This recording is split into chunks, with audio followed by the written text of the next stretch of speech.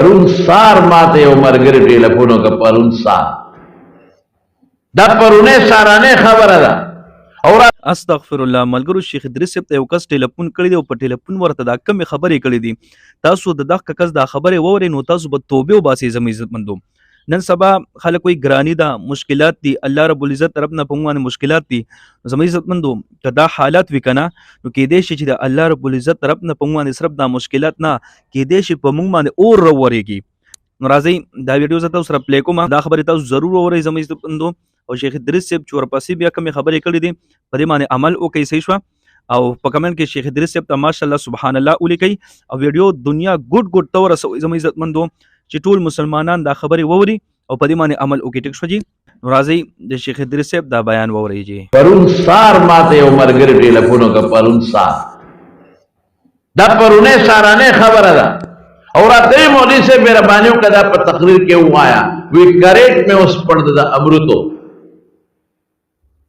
دا کریټ و مې سپړده. نو د امرتو په دې ویښ کې که ستاسو خیال وي نو خلک دا پاڼې ماڼې اچوي چې د امرود پاستي او کچوي او دې سره دوب وخوري نو پاخه شي.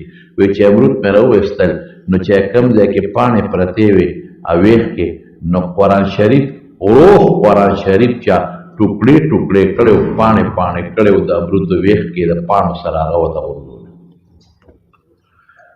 وای خدایه مسلمانه، ای مسلمان ډېر زور اورې، په خدای زور اورې، په خپل سوچ او په خپل فکر کې ته په خدای زور اورې. ستا سوچ نشته، ستا فکر نشته، مال دله راغی، دولت دله راغی، نشه دله راغله، موټرګې دله راغلې، بنګله دله راغله. خدای سره دشمنی کې کم خدای چې په یو سکند کې دې ختمولی شي، لوګي به دې کې او دوله به دې کې ظالمه ګورې. په داسې غم به دې اخته کړي چې بیا به د سره علاج نه، بچې به د طرف پرځي او بیا به کله یو هسپتال ته وړې، پنډۍ ته یو خوا بل خوا.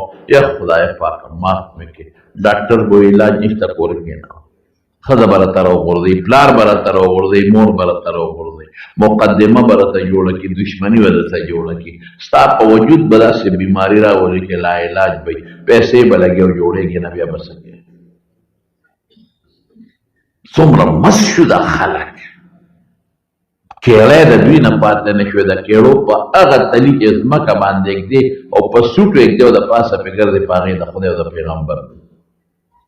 دا خو به موږ دا ووایو چې دا هغه ظالمان کوي چې کوم نه خدای مني نه رسول مني.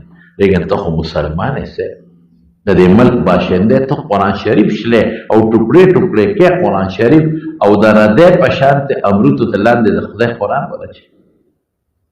نو ابو جهل ته خدای پاک 14 کاله صبر کړی، 14 کاله چې د پیغمبر مبارک په شا د ابو جهل په وینا باندې پیروان او لرې واچولی شو. نو 14 کاله ورته الله صبر وکړ، په بدر کې راونیو. نو بیا هېڅوک نو چې بچ کړی. نو امیه ته چې بلال سره به یې ظلمونه کول، نو 14 کاله خدای پاک صبر وکړ، نو په بدر کې راونیو. نو بیا د خلاصي څوک نو قارون د موسی علیه السلام سره ظلم کو او زیاتې یې کو، موسی علیه السلام یې بدنامه، نو په خدای کې ځمکې راخ که او بیا څوکونه چې د هغه ځمکې نه یې بچ کړي. او حضور پاک فرمایي تر اوسه پورې په پونده تاویږي او لاندې روان دی. او ما هغه ځای په مصر کې لیدلی دی چې کوم ځای قارون غرق شوی دی چې په هغې کې ترخې اوبه راوتي دي، د دریاب ترخې اوبه پې نن هم د پاسه ولاړ دي. هغه خدای چې په یو ماشي نمرود راونیو، یو ماشي بس پېمه کې وردن نه شو، د ماشي د لاسه خدای پاک هلاک کړ. هغه نمرود چې ځان ته غټ خدای وي، هغه الله چې فرعون یې د لکونو لښکر سره په بحر قلزم کې غرق او تباه کړ. ما هغه طرف لیدلی دی، هغه ځای ما لیدلی دی. ته د دغه خدای سره مقابله کوې.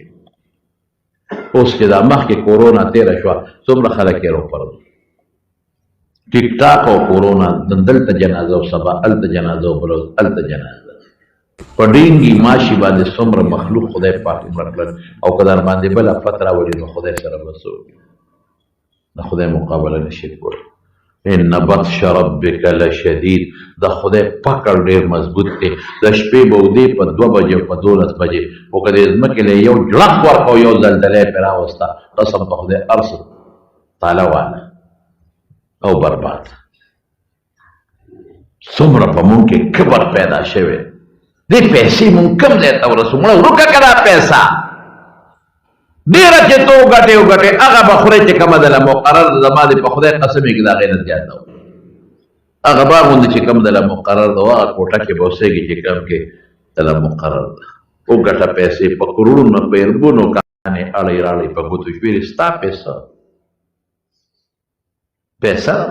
ما سره دولت ډېر دی به ټیک ته بینک کې پروت دی که نه بینک کې ستا هم ده او پردی هم ده خورې به هغه چې د 2 ډوډو نه زیات د یوې نه چې څوک خوري 2 نشي خوړی او چې 2 خوري 3 نشي خوړی او چې 3 خوري 4 نشي خوړی دغه نه خوره زیات همدغه جامې به دی چې څونه مال زیاتېږي که نه د پښتنو متل د چرګې درته نه وایم خو چې څومره مال زیاتېږي نو هغه به سړي کې شوګوالی زیاتېږي